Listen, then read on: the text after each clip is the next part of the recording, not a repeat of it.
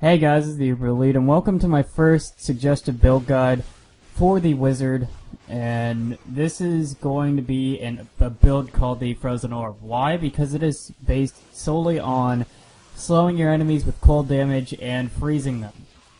Now, this is a level 46 requirement build, mostly because of the main spell Hydra, which is going to be a huge part in this. You could get rid of the Hydra and kind of set it for lower levels, but to make this build work the best, it definitely requires level 46. Now, the reason let's go over the action bar skills first, because those are going to be a big part. Now, the first thing you're going to notice is Frost Nova with Cold Snap. Now, I know I've been messing around with all the runes myself. Cold Snap seems to be the best for Frost Nova because you do get to get those extra freezes off. Combine that with the Diamond Skin and you really have a lot of immunity, and it really improves your tanking. It really improves how much damage you take. It really makes it a lot less. And combine that with the passive skills Blur and Galvanizing Ward and Energy Armor, you get a lot less damage taken. Energy Armor improves your armor by 65. Combine that with Galvanizing Ward and you get much higher life regen. This does vary based on, I'm not sure if it's your level that it's based on or if it's your vitality, but I really don't know yet. It doesn't say on the skill calculator or in-game or anywhere. And then finally we've got the Hydra, which is Frost Hydra, and this is very important to have it on Frost Hydra because that will allow you to slow. Now take note of the fact that Hydra does not have a cooldown.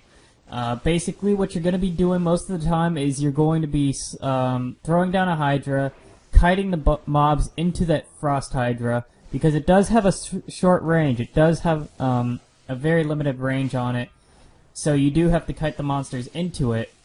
And then you're going to be spamming orbs into it, then running off, doing the same thing over and over again. And this is a very effective build.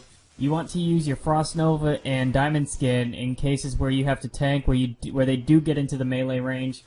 Blur will allow you to take a little bit less melee damage, so you are a lot less likely to die. Compared to, say, like Glass Cannon, the difference between Glass Cannon and Blur is a full 40% in damage, especially for the physical.